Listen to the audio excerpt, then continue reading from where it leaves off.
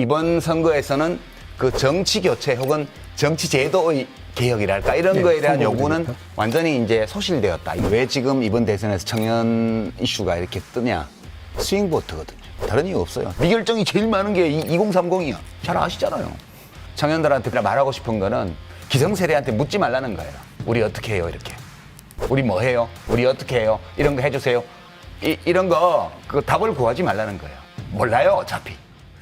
뭐 이건 제 개인적인 견해이기도 하고 지금 뭐 여러 정당들의 요구이기도 했는데 아까 단일화 얘기하실 때 또 이제 유 작가님께서는 우리나라 선거 제도가 가지고 있는 한계이기 때문에 지속적으로 일어난 일이다라는 말씀도 주셨습니다. 그래서 저는 이번 선거에서 권력구조 개편이라든가 심지어는 개헌에 관련된 이야기들이 상당히 좀 나올 줄 알았는데 상당 후반에 가서야 잠깐 이제 더불어민주당 측의 어떤 나름의 방식의 제안, 그다음에 국민통합정부에 관련된 이야기 정도로 나왔습니다.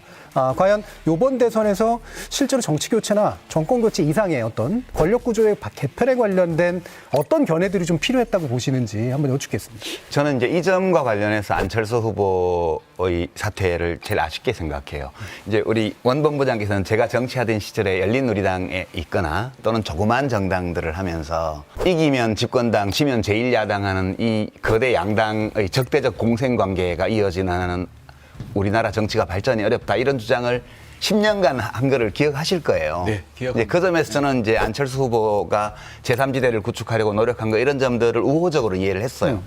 이제 지금도 그런데 사실 적으면 6% 많으면 10% 정도의 지지율이 꾸준히 나왔잖아요. 최근까지 안철수 후보가 계속 여론조사에서 안철수 후보를 지지한다고 답한 그분들이 안철수 후보가 당선될 줄 알고 지지한 게 아니거든요. 제가 그분들의 입장에 감정이입을 해서 왜 그랬을까를 생각을 해봐요. 소망이 있어서 그랬던 거거든요. 저는 안철수 후보를 최후까지 지지했던 이 유권자들은 현행 정치 제도와 정치 질서, 정당 어떤 지형, 그다음에 이 정당들의 행태, 문화, 관습 이 모든 것들에 대해서 근본적인 불만을 가지고 있는 유권자들이세요. 그런데 국민의힘과 민주당은 현행 제도의 최대 수혜자예요. 서로 간에 적대적으로 공생하고 있어요. 그러니까 정권 교체를 명분으로 그걸 버리고 이 당에 들어가 버렸잖아요. 그래서 저는 이 대목 때문에 이번 선거에서는 그 정치 교체 혹은 정치 제도의 개혁이랄까 이런 거에 대한 요구는 완전히 이제 소실되었다. 이번 선거에서는 적어도.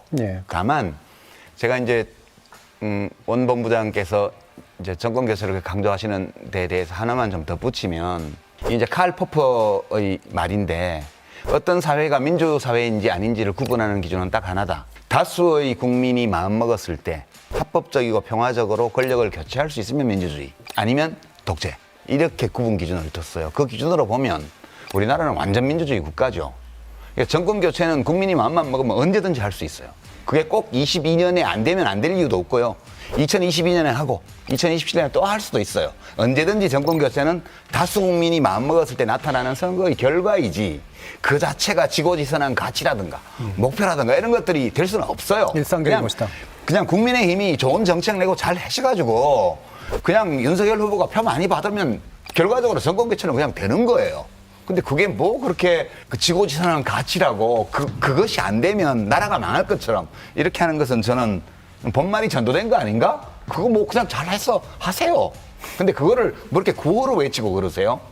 그런 거고, 그럼 지금 시점에서 시민들의 고민은 알겠는데 대통령 뽑는 선거잖아요. 국회의원 선거도 아니고. 대통령 뽑는 선거니까 대통령 잘할 사람 뽑아야 될 거 아니에요. 누가 잘할 사람인지를 알아보기 위해서 소속 당도 보고 정책도 보고 TV 토론도 보고 뭐 언론 보도도 챙겨보는데 지금 판단이 잘 안 돼서 딱 붙어 있는 거예요, 지금. 그런 거니까 뭐 정권 교체 하려면 정권 교체 외치지 마시고요. 그냥 잘 하세요. 시민들의 마음을 얻을 수 있는 좋은 정책 내고 앞으로 6일 동안이라도 잘 하셔가지고 하시라고요. 그렇게 하면 되지. 그걸 왜 구호로 외치는지 저는 잘 모르겠더라고요. 네. 말씀을 들어보면 제가 이제 뭐 다른 토론이나 이런 데서도 그렇고 왜 이제 어린아이들이 어린아이들끼리 얘기하는 걸 어른이 흉내내서 얘기하면 어린아이들은 정작 기분 나빠하는 그런 경우들도 되게 많잖아요. 그래서 우리는 소통한다고 생각하지만 그리고 그들의 언어라고 생각하지만 정작 그들에게는 사실 오히려 제대로 다가가지 않는 경우들도 있고 다 포괄하지 못하는 경우들도 있고 그래서 청년 문제가 이번만큼 이렇게 중요한 담론으로 떠오른 적도 없었던 것 같은데 좀 소통이 좀 됐다고 좀 느끼세요? 제가 있는 그대로 말씀드리면 왜 지금 이번 대선에서 청년 이슈가 이렇게 뜨냐? 스윙보트거든요. 다른 이유 없어요. 지금 20대를 제외하면 팽팽하잖아요. 지금 전체적으로 선거 판세가 빡빡해요. 이렇게 빡빡한데 여론조사표를 보니까 미결정이 제일 많은 게 2030이야. 잘 아시잖아요. 그러니까 밭을 갈아야 되는데 이미 작물이 자라 있는 데는 갈 수가 없어. 그러니까 빈 땅이 있는 데서 갈아야 될 거 아니에요. 그러니까 지금 이 청년층이 이념적으로 그 어느 한쪽에 쏠려 있지를 않고, 그러니까 뭐 지난 탄핵 때는 엄청 탄핵에 찬성했다가, 그럼 지금 작년 재보궐선거 때는 또 서울시장 선거, 부산시장 선거 할 때 왕창 또 국민의힘을 밀었단 말이에요. 그러니까 국민의힘에서 희망이 부풀어가지고 이걸 다 잡아야 되겠다 해서 막 했는데 좀 오버했어. 남자 위주로. 그러다 보니까 저쪽에서 여성 쪽에서 반작용이 또 있죠. 그렇게 복잡하게 진행되고 있는데 여하튼 여기가 유동적이에요. 여기가 안철수 후보 지지율도 높고요. 상대적으로 2030이. 그리고 심상정 후보 지지율도 높아요. 거기가. 그렇죠. 예. 그러니까 뺏어먹을 게 많은 거야. 거기 아직까지. 거대 양당이. 제가 사실을 말하면 저는 그거라고 봐요. 그래서 정치권에서 언론에서 그렇게 청년 문제를 떠드는 거지. 대선 지나고 나면 또 잠잠해질 거예요. 그러니까 이런 방식으로 반복해서는 별로 비전이 없고요. 저는 이제 청년들한테 부탁하고 싶은 거는, 부탁이 아니라 말하고 싶은 거는 기성세대한테 묻지 말라는 거예요.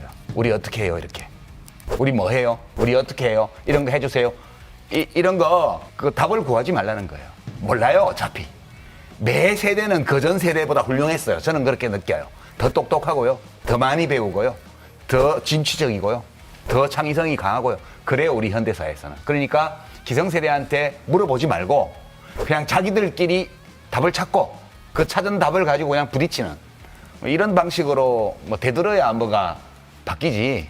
기성세대한테 뭐 부탁해봤자 저는 될 거 없다 이렇게 봐요. 그냥 이용만 해먹는 거지.